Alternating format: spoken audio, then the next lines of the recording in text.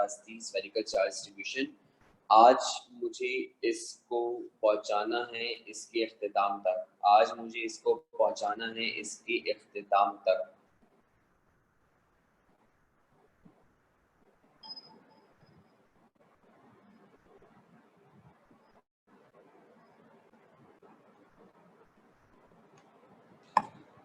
आज मुझे इसको इसके इख्तिताम तक पहुंचाना है। हमने लास्ट क्लास में पढ़ी थी स्फेरिकल चार्ज डिस्ट्रीब्यूशन।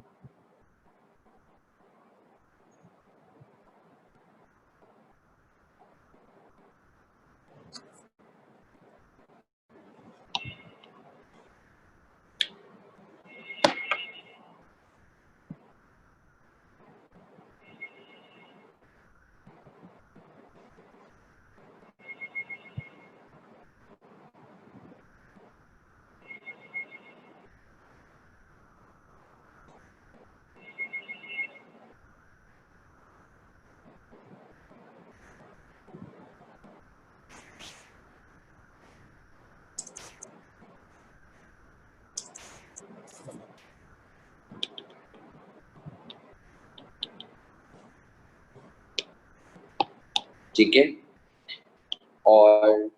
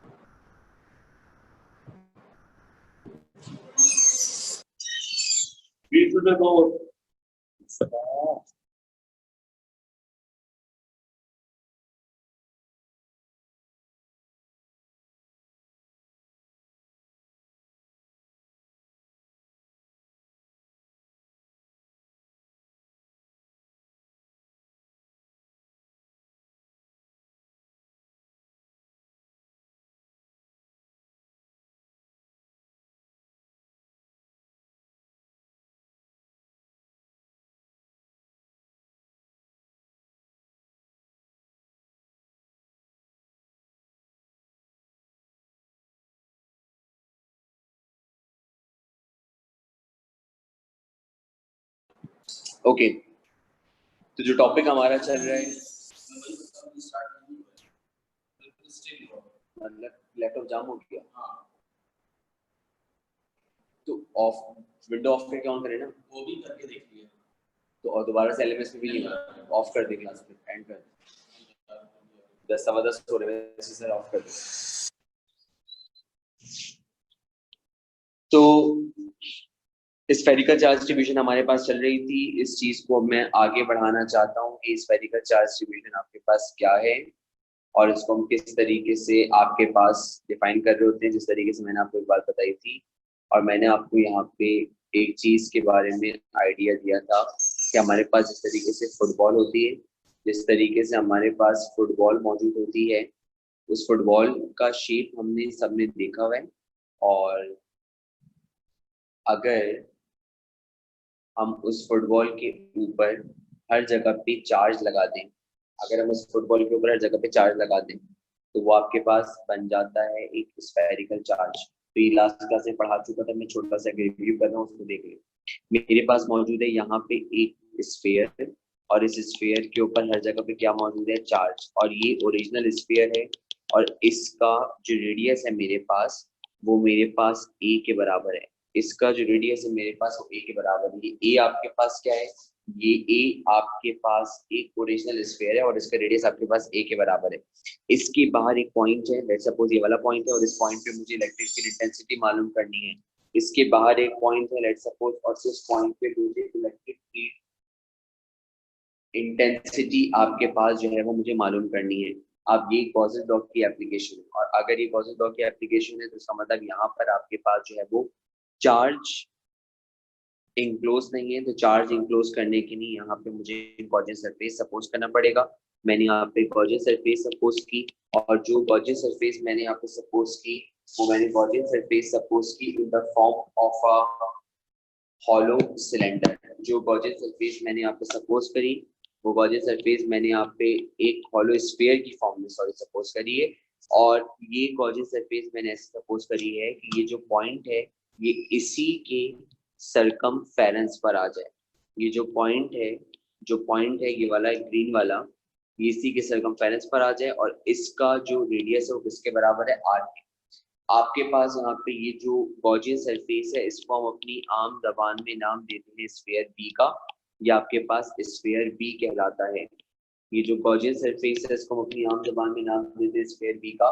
ये आपके पास स्फीयर बी कहलाता है, इसको स्फीयर बी का नाम दिया जाता है, ठीक है। और इसका रेडियस आर के बराबर है। कुछ भी हो जाए, डिस्टेंस हमेशा लिया जाता है सेंटर से लेकर उस पॉइंट तक जहाँ पे इलेक्ट्रिक फील्ड इंटेंसिटी हमें मालूम करनी होती है। तो मेरे पास सेंटर से लेकर इस पॉइंट तक आपके पास जो डिस्टेंस है वो आर के बराबर है, इसको मत भूलिएगा। जो आर है वो गॉसियन सरफेस का रेडियस है, और जो ए है वो ओरिजिनल स्फीयर का रेडियस है। ए ओरिजिनल स्फीयर का रेडियस है, जबकि जो आर है वो आपके पास गॉसियन सरफेस का रेडियस है। और मुझे मालूम करनी है इलेक्ट्रिक फील्ड इंटेंसिटी। इसके अंदर हर जगह पर यूनिफॉर्म चार्ज है, इसके अंदर हर जगह पर यूनिफॉर्म चार्ज है। सबसे पहले मैं इसका फ्लक्स निकालूंगा। मैंने लास्ट टाइम बता दिया था, लिखा भी दिया था आपको इसको। आपके पास यहाँ से जो फ्लक्स आएगा, मैंने इसका फ्लक्स निकाला गॉसेस लॉ से, और गॉसेस लॉ से जब मैंने फ्लक्स निकाला तो ये कहता है कि इलेक्ट्रिक फ्लक्स बराबर होता है charge enclosed divided by permittivity of free space. क्योंकि यूनिफॉर्म चार्ज है, यूनिफॉर्म चार्ज क्यू कहलाता है, और permittivity of free space epsilon naught. तो फाई ई की वैल्यू आ गई क्यू अपॉन एप्सिलॉन नॉट। तो चार्ज इनक्लोज मेरे पास क्या कहलाता है, क्यू, और परमिटिविटी ऑफ फ्री स्पेस कहलाती है एप्सिलॉन नॉट। तो फाई ई की वैल्यू बन गई क्यू अपॉन एप्सिलॉन नॉट। तो ये मेरे पास आ गया आपके पास इलेक्ट्रिक फ्लक्स बराबर है charge enclose divided by permittivity of free space. अब मुझे इसका फ्लक्स निकालना था बाय डायरेक्ट मेथड। अब मैं डायरेक्ट मेथड में पूरा नहीं पढ़ाऊंगा, मैं पढ़ा चुका था। डायरेक्ट मेथड से जब निकालते हैं तो divide the sphere B into small elements. Divide the sphere B into small elements. Sphere B को स्मॉल एलिमेंट्स में डिवाइड कर दें, जिसमें से हर पार्ट का एरिया डेल्टा ए के बराबर होगा। और आपने अब क्या करना है, इस पूरे स्फीयर को आपने जो स्मॉल एलिमेंट्स में डिवाइड किया, जब आपने पूरे स्फीयर को स्मॉल एलिमेंट्स में डिवाइड किया जिसमें से हर पार्ट का एरिया कितना आ रहा है, डेल्टा ए। हर पार्ट का एरिया आपके पास कितना आ रहा है, डेल्टा ए। अब आपने इसका फ्लक्स डायरेक्ट मेथड से कैलकुलेट करना है। तो अब मैंने यहाँ पे एक स्मॉल एलिमेंट का इलेक्ट्रिक फ्लक्स निकाला। तो स्मॉल एलिमेंट का इलेक्ट्रिक फ्लक्स हमारे पास जो होता है, स्मॉल एलिमेंट का जो इलेक्ट्रिक फ्लक्स होता है वो डेल्टा फाई ई होता है, और ये बराबर हो जाएगा E इंटू डेल्टा ए। ये बन जाएगा E delta A cos theta. मैंने लास्ट टाइम डायग्राम में बना के दिखाया था कि स्मॉल एलिमेंट में इलेक्ट्रिक फील्ड और एरिया दोनों की डायरेक्शन हमेशा सेम होती है। एक चीज में जब बार बार आप लोग मत करवाया करें, ठीक है, मैं 10 बार बता चुका हूँ ये बात आपको। और मेरे पास यहाँ पे E delta A cos zero is equal to 1। तो मेरे पास यहाँ पे कॉस 0 1 के बराबर आएगा, तो delta phi E delta A के बराबर आ गया। ये मुझे आपके पास मिला जो फ्लक्स आपके पास स्मॉल एलिमेंट का है। अब मुझे चाहिए यहाँ पे टोटल फ्लक्स। तो टोटल इलेक्ट्रिक फ्लक्स मुझे उस वक्त मिलेगा जब मैं आपके पास इन छोटे छोटे फ्लक्सेस को आपस में ऐड कर दूंगा। तो टोटल इलेक्ट्रिक फ्लक्स मेरे पास कहलाता है फाई ई। तो टोटल इलेक्ट्रिक फ्लक्स है फाई ई, और ये बराबर होगा समीशन डेल्टा फाई ई, यानी कि sum of all individual flux will be equal to the total flux. तो समीशन ऐसे ही आ गया, डेल्टा फाई ई की जगह पे आ गया ई डेल्टा ए, तो यहाँ पे आ गया ई डेल्टा ए। अब आपको इस बात का बखूबी अंदाजा है कि आपके पास इलेक्ट्रिक फील्ड सेम रहती है, तो इलेक्ट्रिक फील्ड मैंने बाहर निकाल दी, और ये बन गया समीशन डेल्टा ए। कल वाले स्टेप से सारे आपके पास इलेक्ट्रिक फील्ड ऐसी आ गई। समीशन डेल्टा ए का मतलब है total area of sphere B. Sphere B का फ्लक्स कैलकुलेट किया है गॉसियन सरफेस का, तो उसी का एरिया आएगा। और स्फीयर बी का जो एरिया होता है वो होता है हमारे पास 4 पाई आर स्क्वायर। तो ये आपको मिल गया इलेक्ट्रिक फ्लक्स, और इलेक्ट्रिक फ्लक्स आपको मिल गया डायरेक्ट मेथड से। तो एक इलेक्ट्रिक फ्लक्स आपने निकाला था गॉसेस लॉ से, और एक इलेक्ट्रिक फ्लक्स आपने निकाला डायरेक्ट मेथड से। ये सारी चीजें आपको यहाँ पे पता चल गई। अब इसको मैंने लेबल करा इक्वेशन नंबर 2, और जो गॉसेस लॉ से निकला था उसको लेबल करा इक्वेशन नंबर 1। अब इन दोनों को उठाकर इक्वेट करें। Equating equation 1 and 2, Gauss's law से जो फ्लक्स निकला था वो हमारे पास था फाई ई बराबर है क्यू अपॉन एप्सिलॉन नॉट, और डायरेक्ट मेथड से जो निकला वो बराबर है आपके पास E into 4 pi R square. तो अब मैं इनको अगर कंपेयर करना चाहूँ तो कंपेयर करके मुझे यहाँ से पता चलेगा कि E into 4 pi R square is equal to Q upon epsilon naught. तो जब मैंने इनको कंपेयर किया तो कंपेयर करके मुझे पता चला E into 4 pi R square, और साथ में मेरे पास यहाँ पे लिखा हुआ है Q अपॉन एप्सिलॉन नॉट। आपको इलेक्ट्रिक फील्ड इंटेंसिटी चाहिए, तो ये आपके पास फैक्टर मल्टीप्लाई नीचे जाके डिवाइड, तो ये बन गया 1/4 पाई आर स्क्वायर, और यहाँ पे आ गया Q अपॉन एप्सिलॉन नॉट। अब यहाँ पर एप्सिलॉन नॉट और आर स्क्वायर की पोजीशन इंटरचेंज करें तो ये बना 1/4 पाई एप्सिलॉन नॉट, और साथ में आ गया Q अपॉन आर स्क्वायर। ये आपके पास आई इलेक्ट्रिक फील्ड इंटेंसिटी, ये आपके पास आई इलेक्ट्रिक फील्ड इंटेंसिटी। और इलेक्ट्रिक फील्ड इंटेंसिटी हमारे पास यहाँ पे जो आई वो बराबर है किसके, E इज जो हमारे पास इलेक्ट्रिक फील्ड इंटेंसिटी आई वो आई E is equal to 1/4 pi epsilon naught into Q upon R square. ये मैं बता दूं आपको, ये जो पूरा फैक्टर है एक के बराबर होता है 1/4 पाई एप्सिलॉन नॉट। अगर आपको नहीं पता तो आपको पता होना चाहिए 1/4 पाई एप्सिलॉन नॉट पूरा k के बराबर होता है। 1/4 पाई एप्सिलॉन नॉट पूरा k के बराबर होता है, और इसकी वैल्यू होती है 9 एक्सपोनेंट 9 न्यूटन मीटर स्क्वायर पर कूलम स्क्वायर। यानी कि इस 1/4 पाई एप्सिलॉन नॉट की जगह पे हम 9 एक्सपोनेंट 9 न्यूटन मीटर स्क्वायर पर कूलम स्क्वायर न्यूमेरिकल में यूज करेंगे। अब इस इलेक्ट्रिक फील्ड के फॉर्मूले को जरा गौर से देखिए। फॉर्मूला लिखा हुआ है 1/4 pi epsilon naught into Q upon R square. ये वो फॉर्मूला है जब आपके पास कोई भी पॉइंट स्फीयर के बाहर होगा और उस पॉइंट के ऊपर आपको इलेक्ट्रिक फील्ड इंटेंसिटी मालूम करनी होगी। तो जब कोई भी पॉइंट स्फीयर के बाहर होता है तो उसकी इलेक्ट्रिक फील्ड इंटेंसिटी हमारे पास बराबर होती है 1/4 pi epsilon naught into Q upon R square. तो वो आपके पास इस फैक्टर के बराबर आती है। तो यहाँ पे मेरे पास इलेक्ट्रिक फील्ड बराबर आई 1/4 pi epsilon naught into Q upon R square. नजर ये आ रहा है कि इलेक्ट्रिक फील्ड का ताल्लुक कहाँ से है, डिस्टेंस से, क्योंकि चार्ज सेम है, 4 पाई एप्सिलॉन नॉट भी सेम है। तो इलेक्ट्रिक फील्ड का ताल्लुक किससे, डिस्टेंस है। अब मैं आपको छोटी सी बात बता रहा हूँ, जरा और सुनिएगा।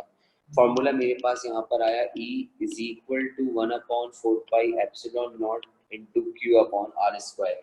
फॉर्मूला मेरे पास आया E is equal to 1/4 pi epsilon naught into Q upon R square. ये मेरे पास आई इसकी इलेक्ट्रिक फील्ड इंटेंसिटी। ये फार्मूला आपने देखा, याद रखिएगा ये फार्मूले में।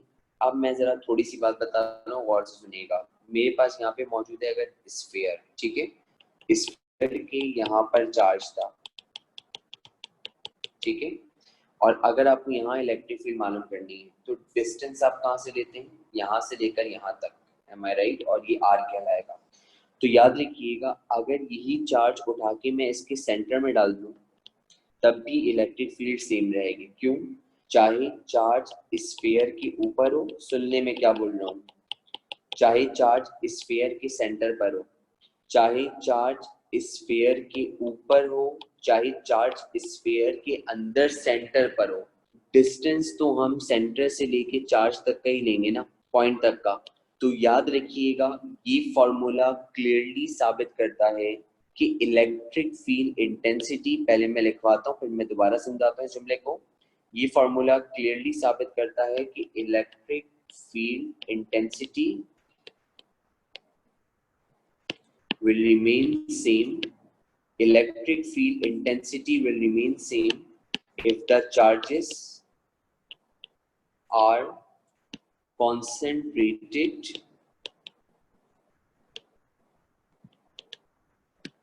in the center of the sphere. अगर आप इस चार्ज को उठाकर ये जो चार्ज यहाँ पर था, देखें दोबारा बता रहा हूँ, देख लें, अभी चार्ज कहाँ था, यहाँ पर बाहर था, और अगर मुझे इलेक्ट्रिक फील्ड मालूम करनी हो यहाँ पे, डिस्टेंस कहाँ से लेंगे, सेंटर से लेकर यहाँ तक, 11 हो गया। अगर इसी चार्ज को मैं यहाँ से उठा के अंदर शिफ्ट कर दूं और यही पॉइंट हो, तो अब भी डिस्टेंस कहाँ से लेंगे, यहाँ से लेके यहाँ तक। तो चाहे चार्जेस स्फीयर की सरफेस पर हो या चाहे चार्जेस स्फीयर के अंदर हो, इलेक्ट्रिक फील्ड बिल्कुल सेम रहेगी। और इलेक्ट्रिक फील्ड का फॉर्मूला बनेगा E is equals to 1/4 pi epsilon naught Q upon R square। क्यों? क्योंकि डिस्टेंस हम लेते हैं सेंटर से लेके उस पॉइंट तक जहाँ पे इलेक्ट्रिक फील्ड इंटेंसिटी मालूम करनी होती है। डिस्टेंस हम लेते हैं सेंटर से लेके उस पॉइंट तक जहाँ पे हमें इलेक्ट्रिक फील्ड इंटेंसिटी मालूम करनी होती है। डिस्टेंस हम लेते हैं सेंटर से लेकर उस पॉइंट तक जहाँ पे हमें इलेक्ट्रिक फील्ड इंटेंसिटी मालूम करनी होती है। तो ये मेरे पास सेंटर है और ये मेरे पास पॉइंट है, मुझे यहाँ से यहाँ तक की इलेक्ट्रिक फील्ड मालूम करनी है। तो चाहे चार्जेस मेरे पास स्फीयर के ऊपर हो या चाहे चार्जेस स्फीयर के अंदर हो, मैं बार बार बोल रहा हूँ, इलेक्ट्रिक फील्ड इंटेंसिटी बिल्कुल सेम रहेगी। जुमला देखिए मैंने क्या लिखा, electric field intensity will remain same if the charges are concentrated in the center of the sphere। अगर आपके पास charges centre of the sphere के अंदर हो या उसके ऊपर हो, तो इलेक्ट्रिक फील्ड इंटेंसिटी आपके पास बिल्कुल सेम रहेगी। और ये फॉर्मूला मेरे पास आया E is equal to 1/4 pi epsilon naught और साथ में लिखा हुआ into Q upon R square। सही, एक चीज तो हमारे पास यहाँ पे हो गई। अब आपके पास यहाँ पर जो अगला पॉइंट आता है वो आता है हमारे पास ऑन द स्फीयर। आपके पास जो यहाँ पे अगला पॉइंट आता है, आपके पास आता है ऑन द स्फीयर। मुझे आपके पास मालूम करनी है electric field intensity on the sphere. मुझे आपके पास मालूम करनी है electric field intensity on the sphere. मैं आपके पास electric field intensity on the sphere मालूम करना चाहता हूँ कि स्फीयर के ऊपर इलेक्ट्रिक फील्ड की इंटेंसिटी कितनी है। ये मेरे पास मौजूद है एक स्फीयर, ओरिजिनल स्फीयर मौजूद है। ओरिजिनल स्फीयर का रेडियस कितना था, 8। अक्सर हमारी याददाश्तें बहुत कमजोर हो जाती हैं, तो मैंने कल भी 36 बार रिपीट किया था, आज ही मैं 36 बार रिपीट कर रहा हूँ कि ओरिजिनल स्फीयर का रेडियस ए है और इसके ऊपर हर जगह पे क्या मौजूद है, चार्ज। अब मैंने एक चीज देखी और मैंने यहाँ पे क्या देखा, मैंने यहाँ पे क्या देखा, मैंने यहाँ पे क्या देखा कि इस स्फीयर के ऊपर एक पॉइंट है और उस पॉइंट पे मुझे इलेक्ट्रिक फील्ड इंटेंसिटी मालूम करनी है। इस स्फीयर के ऊपर एक पॉइंट है, इस स्फीयर के ऊपर एक पॉइंट है और मुझे इस पॉइंट के ऊपर इलेक्ट्रिक फील्ड इंटेंसिटी मालूम करनी है। ठीक है, अगर मैं यहाँ पे इस स्फीयर के ऊपर पॉइंट लेता हूँ तो इसका मतलब मैं यहाँ पे गॉसेस लॉ को अप्लाई नहीं कर सकता। अगर मैं इस स्फीयर के ऊपर पॉइंट लेता हूँ तो इसका मतलब मैं गॉसेस लॉ को यहाँ पे अप्लाई नहीं कर सकता, क्योंकि गॉसेस लॉ की शर्त ये है कि चार्ज शुड बी इनक्लोज्ड।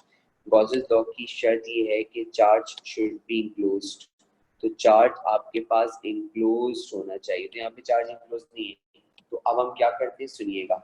अगर ये स्फीयर मेरे पास मौजूद है ना, अगर ये स्फीयर मेरे पास मौजूद है ना, तो चाहे पॉइंट देखें यहाँ पे, चाहे पॉइंट स्फीयर के ऊपर हो या उससे थोड़ा सा ऊपर हो, इन दोनों पॉइंट पे लगभग इलेक्ट्रिक फील्ड इंटेंसिटी बिल्कुल सेम रहेगी। तो चाहे पॉइंट स्फीयर के ऊपर हो या उससे थोड़ा सा ऊपर हो, इन दोनों में ज्यादा डिस्टेंस नहीं है, तो इससे इलेक्ट्रिक फील्ड इंटेंसिटी बिल्कुल सेम रहेगी। पॉइंट बहुत छोटा है और स्फीयर बहुत बड़ा है, पॉइंट बहुत छोटा है और स्फीयर बहुत बड़ा है, तो इसको हम कहते हैं this point is infinitely close to the sphere. इसको हम कहते हैं this point is infinitely close to the sphere.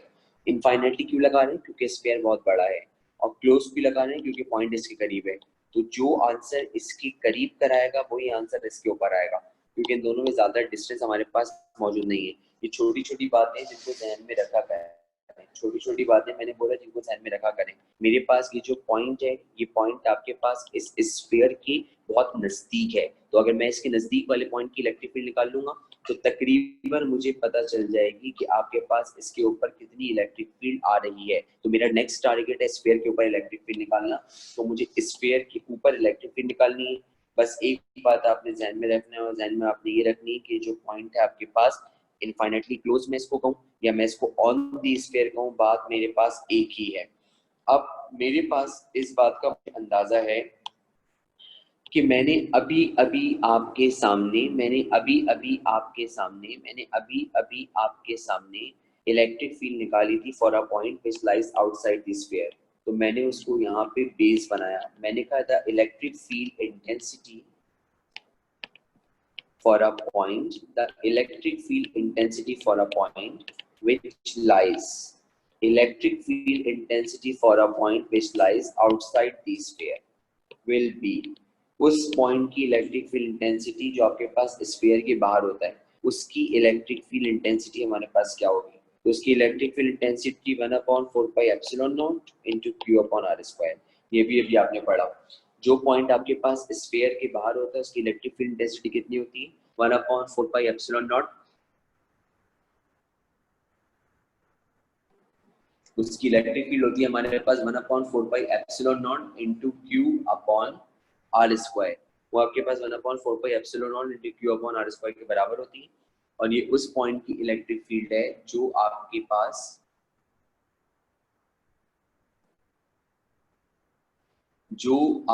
Pass sphere से क्या पाया जा रहा है, बाहर। अब जरा गौर से देखिएगा, लिसन गर्ल्स, पे अटेंशन। ये मेरे पास मौजूद था पॉइंट, और यहाँ पे पॉइंट ये बाहर था, और ये स्फीयर, इसका रेडियस कितना a। अब मैं इसको कम कर रहा हूँ, पहले यहाँ आया, जब ये यहाँ आया तो सिर्फ इतना रेडियस बचा, ठीक है। जब ये वाला पॉइंट यहाँ आया तो सिर्फ इतना रेडियस बचा। अब जब ये वाला पॉइंट यहाँ आया तो सिर्फ इतना रेडियस बचा। करीब कर देते हैं पॉइंट को, पहले पॉइंट 1 पे था, फिर 2 पे था, फिर 3 पे था, फिर 4 पे था। अब पॉइंट आ गया 5 पर, तो जब पॉइंट 5 पर आया तो इतना रेडियस हुआ, और ये रेडियस a के बराबर है। किसके बराबर है, a। तो मैं ये कह सकता हूँ कि जैसे जैसे, दोबारा देख ले, मैं डायग्राम एक बार फिर बना रहा हूँ, मेरे पास मौजूद था इस वक्त यहाँ पे ये एक स्फीयर, यहाँ पे मेरे पास क्या मौजूद है, एक पॉइंट। मैं आपके पास इस पॉइंट को पहले 1 पर लाया, फिर 2 पर लाया, फिर 3 पे लाया, फिर 4 पे लाया, और ओरिजिनल स्फीयर का रेडियस कितना है, a। तो जब 1 पे लाएंगे तो यहाँ से यहाँ तक रेडियस होगा, जब 2 पे लाएंगे तो यहाँ से यहाँ तक रेडियस होगा, जब 3 पे लाएंगे तो यहाँ से यहाँ तक रेडियस होगा, जब 4 पे लाएंगे तो यहाँ से यहाँ तक रेडियस होगा, और जब 5 पे लाएंगे तो यहाँ से यहाँ तक रेडियस होगा। तो इसका मतलब जब इस पॉइंट करीब होता जाएगा तो r की वैल्यू चेंज होती चली जाएगी।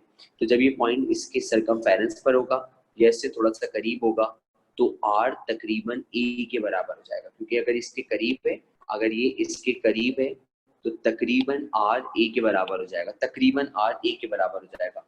तो मुझे यहाँ पे लिखना चाहिए hair r is approximately equal to a। यहाँ पे r जो है वो a के बराबर हो जाएगा। अब मेरे पास इक्वेशन में क्या चेंजेस डेवलप होंगे, जहां पर ये r स्क्वायर आ रहा है ना, वहां पे हम a स्क्वायर लिख देंगे। तो मैंने यहाँ पे लिखा e बराबर है 1/4 पाई एप्सिलॉन नॉट, और ये बन गया q अपॉन a स्क्वायर। तो यहाँ पे r स्क्वायर आ रहा था, वहां पे मैंने क्या लिख दिया, a स्क्वायर। मैंने आपको कोई तकरीबन 20 से 25 बार ये बात बताई है, जहां पे स्पेसिफिक चार्ज इंक्लूज होता है ना, जैसे फर्स्ट एप्लीकेशन में था, तो वहां पे हम कैलकुलेट करते हैं चार्ज डेंसिटी। मैं 20 से 25 बार ये बात बता चुका हूँ। यहाँ पे भी जब ये पॉइंट स्फीयर के ऊपर है तो इसने स्पेसिफिक चार्ज इंक्लूज किया हुआ है। तो जहाँ पे स्पेसिफिक चार्ज इंक्लूज होता है तो वहाँ पे चार्ज डेंसिटी कैलकुलेट करते हैं। हमें लाजमी तौर पे अगर किसी भी शीट के ऊपर या किसी भी स्फीयर के ऊपर, अगर ऊपर मतलब ऊपर का मतलब उसके सरफेस पे, किसी भी शीट पे, किसी भी स्फीयर पे अगर हमें इलेक्ट्रिक फील्ड इंटेंसिटी निकालनी है तो हमें पता होना चाहिए वहां पे जो चार्ज है वो कितना एरिया ऑक्यूपाई कर रहा है। तो हमें पता होना चाहिए वहां पे जो चार्ज है वो कितना एरिया ऑक्यूपाई कर रहा है। तो मेरे पास यहाँ पे मैंने लिखा if sigma is the surface charge density, if sigma is the surface charge density on sphere A, अगर सिग्मा स्फीयर A के ऊपर सरफेस चार्ज डेंसिटी है तो सिग्मा बराबर होता है चार्ज पर यूनिट एरिया, और एरिया आएगा स्फीयर A का, और स्फीयर A ओरिजिनल स्फीयर है जिसका रेडियस कितना है A, और स्फीयर का एरिया क्या होता है 4 पाई r स्क्वायर। अब यहाँ r स्क्वायर नहीं आएगा, यहाँ a स्क्वायर आएगा, क्योंकि स्फीयर का जो एरिया है वो a के बराबर होता है। तो इसका मतलब मैंने यहाँ पे आपके सामने लिखा 4 पाई a स्क्वायर। तो सिग्मा बराबर होता है चार्ज पर यूनिट एरिया, तो सिग्मा बराबर होता है चार्ज पर यूनिट एरिया। अब मैंने यहाँ पे आपके पास उस स्फीयर का एरिया लिखा जिसके ऊपर मुझे इलेक्ट्रिक फील्ड इंटेंसिटी मालूम करनी है। तो मुझे इलेक्ट्रिक फील्ड इंटेंसिटी भाई इसके ऊपर मालूम करनी है, तो इसी का एरिया आएगा ना, और इसका रेडियस कितना है a। तो आपके पास का एरिया बन गया सिग्मा q अपॉन ए, और ये बराबर हो गया q upon 4 pi a square. जहां कहीं पे भी आपको शीट पे मालूम करनी हो इलेक्ट्रिक फील्ड, जहां कहीं पे भी स्फीयर पे इलेक्ट्रिक फील्ड मालूम करनी हो, तो वहां पे आपको ये पता होना चाहिए कि वहां पर आप निकालते हैं चार्ज डेंसिटी, कि आपके पास जो चार्ज है उसने कितना स्पेस ऑक्यूपाई किया हुआ है। मेरा मुंह दुख चुका है बोल बोल के, तो मुझे उम्मीद है कि अब आपको ये बात समझ में आ गई होगी। अब अगर मैं आपसे बोलूं कि यहाँ से आप चार्ज की वैल्यू निकाल लें, तो 4 पाई a² डिवाइड हो रहा है, वहां जाके मल्टीप्लाई, तो चार्ज की वैल्यू बन जाएगी सिग्मा इंटू 4 पाई a²। ये आपके पास आ गई चार्ज की वैल्यू, और चार्ज की वैल्यू बराबर है सिग्मा इंटू 4 पाई a² के। अब ये चार्ज की वैल्यू उठाइए, यहाँ पुट कर दीजिए। अब इसको मैंने यहाँ पे लिखा E बराबर है 1/4 pi epsilon not into Q/a²। आप चार्ज की वैल्यू ऊपर से उठाइए और इसकी जगह पे पुट करें, तो Q की जगह पर मेरे पास आ गया सिग्मा इंटू 4 पाई a², और नीचे भी मौजूद है a²। तो जहाँ पे चार्ज था वहां चार्ज की वैल्यू पुट कर दी, और चार्ज की वैल्यू आपके पास आई सिग्मा इंटू 4 पाई a²। अब कैंसिलेशन का सिलसिला शुरू करें। आपके पास ऊपर भी 4 पाई है, नीचे भी 4 पाई, तो 4 पाई से 4 पाई कैंसिल हुआ। इसी तरीके से आपके पास ऊपर भी a² है, नीचे भी a² से a² कैंसिल हुआ, और इसकी इलेक्ट्रिक फील्ड बराबर आई सिग्मा अपॉन एप्सिलॉन नॉट के। ये कहलाती है electric field intensity for a point which lies on the sphere. तो अगर कोई पॉइंट आपके पास स्फीयर के ऊपर होगा, अगर कोई पॉइंट आपके पास स्फीयर के ऊपर होगा तो इसकी इलेक्ट्रिक फील्ड आपके पास सिग्मा अपॉन एप्सिलॉन नॉट के बराबर होगी। तो अगर कोई पॉइंट स्फीयर के ऊपर होगा तो इसकी इलेक्ट्रिक फील्ड आपके पास सिग्मा अपॉन एप्सिलॉन नॉट के बराबर होगी। और यहाँ सिग्मा कैलकुलेट करना पड़ेगा, सिग्मा चार्ज डेंसिटी है, तो इसका मतलब है चार्ज पर यूनिट एरिया। तो चार्ज पर यूनिट एरिया का मतलब चार्ज अपॉन एरिया, और जो आपके पास यहाँ पे एरिया होता है वो आपके पास स्फीयर का एरिया आएगा। तो जब न्यूमेरिकल करेंगे तो इसको देख लेंगे। तो ये इलेक्ट्रिक फील्ड इंटेंसिटी मेरे पास आई sigma upon epsilon naught for a point which lies on the sphere. अब आपके पास इसमें आती है एक तीसरी चीज, और वो तीसरी चीज कहलाती है कि इलेक्ट्रिक फील्ड इंटेंसिटी मुझे मालूम करनी है इनसाइड द स्फीयर। मुझे मालूम करनी है electric field intensity inside the sphere, कि स्फीयर के अंदर कितनी इलेक्ट्रिक फील्ड मौजूद है। मुझे मालूम करनी है electric field intensity inside the sphere, कि स्फीयर के अंदर कितनी इलेक्ट्रिक फील्ड आपके पास पाई जा रही है। तो ये मेरे पास मौजूद है अगर स्फीयर, तो आपके पास स्फीयर की सरफेस के ऊपर चार्ज है, यानी कि उसके बाहर चार्ज है, और ये वो पॉइंट है जहां पे मुझे electric field intensity let's suppose मालूम करनी है। तो याद रखिएगा स्फीयर के अंदर इलेक्ट्रिक फील्ड जीरो होती है। स्फीयर के अंदर इलेक्ट्रिक फील्ड जीरो होती है, क्यों? Because no charge is enclosed, अंदर कोई चार्ज ही नहीं है। और जब अंदर कोई चार्ज ही नहीं है, जब अंदर कोई चार्ज ही नहीं है, तो इसका मतलब इलेक्ट्रिक फील्ड क्या होगी? जीरो। अगर चार्ज होता तो इलेक्ट्रिक फील्ड होती, अगर चार्ज ही नहीं है तो इलेक्ट्रिक फील्ड क्या होगी? तो याद रखिएगा स्फीयर के अंदर इलेक्ट्रिक फील्ड जीरो होती है। स्फीयर के अंदर इलेक्ट्रिक फील्ड जीरो होती है। स्फीयर के अंदर इलेक्ट्रिक फील्ड जीरो होती है, क्योंकि अंदर कोई चार्ज एग्जिस्ट नहीं कर रहा, चार्ज इंक्लोज्ड जीरो है। इलेक्ट्रिक फ्लक्स बराबर होता है charge upon epsilon not, charge zero, तो जीरो अपॉन एप्सिलॉन नॉट, तो इलेक्ट्रिक फ्लक्स आपके पास कितना आ गया? जीरो। इलेक्ट्रिक फ्लक्स हमारे पास बराबर होता है ई ए कॉस थीटा। अब इलेक्ट्रिक फ्लक्स आप चेक कर सकते हो, यहाँ से आपको क्या मिला? जीरो, तो यहाँ पे आ गया जीरो, और ये लिखा हुआ है ई ए कॉस थीटा। अब ये ए कॉस थीटा मल्टीप्लाई नीचे जाके डिवाइड होंगे, तो अगेन इलेक्ट्रिक फील्ड क्या हो जाएगी? जीरो। तो याद रखिएगा स्फीयर की बाहर इलेक्ट्रिक फील्ड होती है, स्फीयर के ऊपर इलेक्ट्रिक फील्ड होती है, लेकिन स्फीयर के अंदर कोई इलेक्ट्रिक फील्ड नहीं होती।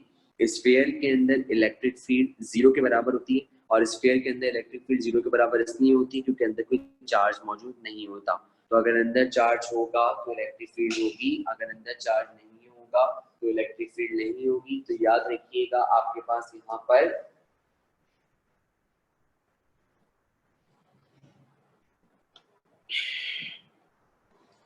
जो इलेक्ट्रिक फील्ड होती है वो हमारे पास यहाँ पे क्या पाई जाती है? जीरो।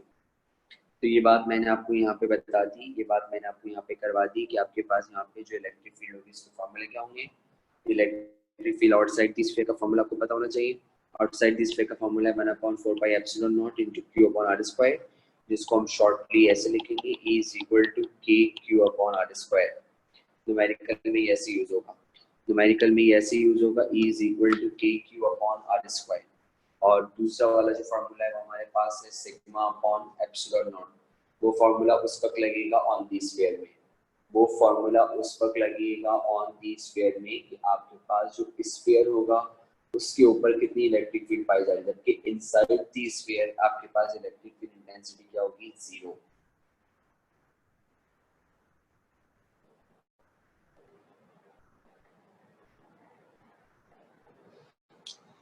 तो हमारे पास inside the sphere electric field intensity 0 होती है। तो ये बात हमने यहाँ पे डिस्कस करी, इसको हमने देखा। अब हमें न्यूमेरिकल्स इसके अटेम्प्ट करने हैं, तो हेडिंग मार्क कर लें न्यूमेरिकल्स।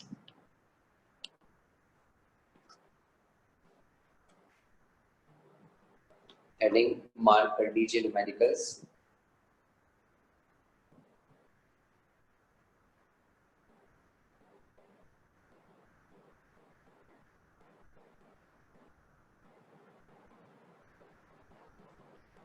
ठीक है, और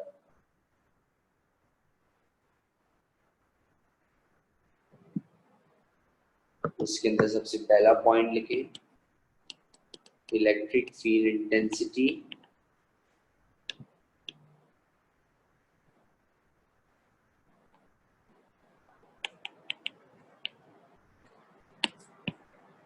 आउटसाइड द स्फीयर।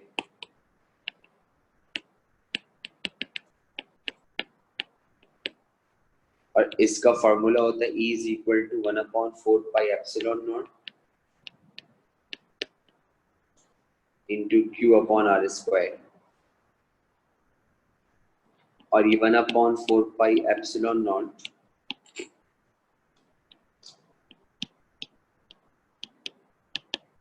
k के बराबर है।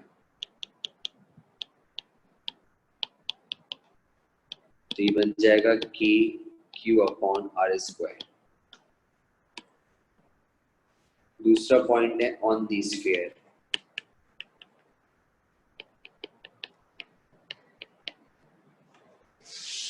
और ऑन दी स्फीयर के ऊपर इलेक्ट्रिक फील्ड होती है E is equal to sigma upon epsilon naught. और सिग्मा का मतलब है चार्ज अपॉन एरिया, और ये क्या है, सरफेस एरिया ऑफ स्फीयर।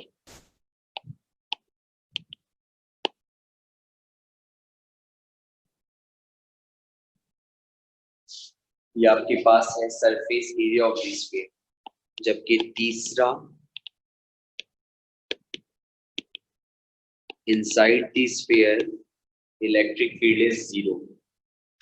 तीसरा हमारे पास होता है इनसाइड द स्फीयर, और इनसाइड द स्फीयर में इलेक्ट्रिक फील्ड हमारे पास 0 होती है।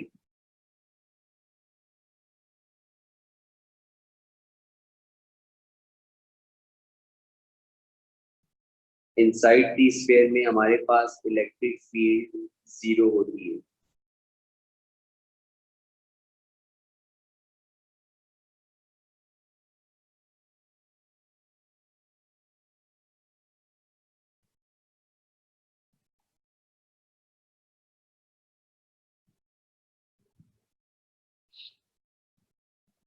ठीक है, फर्स्ट पार्ट के अंदर जो डिस्टेंस लेंगे नोट कर ली, वो हमेशा स्फीयर के सेंटर से लेकर पॉइंट तक लेंगे आर। फर्स्ट पार्ट में जो डिस्टेंस आएगा वो हमेशा स्फीयर से लेके पॉइंट तक आएगा आर, सेंटर से लेके पॉइंट तक आर। जबकि सेकंड पार्ट में जो डिस्टेंस आएगा वो सिर्फ स्फीयर का अपना रेडियस होगा। सेकंड पार्ट में जो डिस्टेंस आएगा वो सिर्फ स्फीयर का अपना रेडियस, क्योंकि ऑन दी स्फीयर है तो इसका मतलब सिर्फ स्फीयर का रेडियस नहीं, ऑन दी स्फीयर इसका मतलब सिर्फ स्फीयर का रेडियस नहीं, और वो स्फीयर का रेडियस हमारे पास आर के बराबर आएगा। ठीक,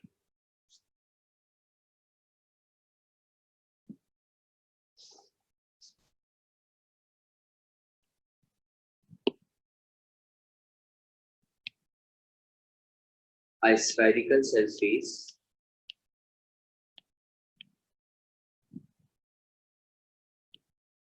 of diameter 10 centimeter carries a charge of 5 microcoulomb. Calculate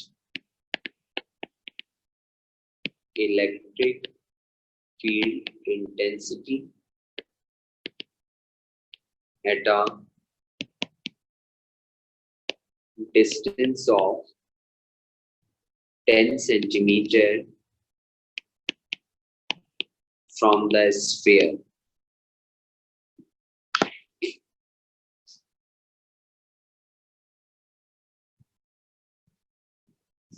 At a distance of 10 centimeter from the sphere, a spherical surface of diameter 10 centimeters carries a charge of 5 microcoulomb. Calculate electric field intensity at a distance of 10 centimeter from the sphere.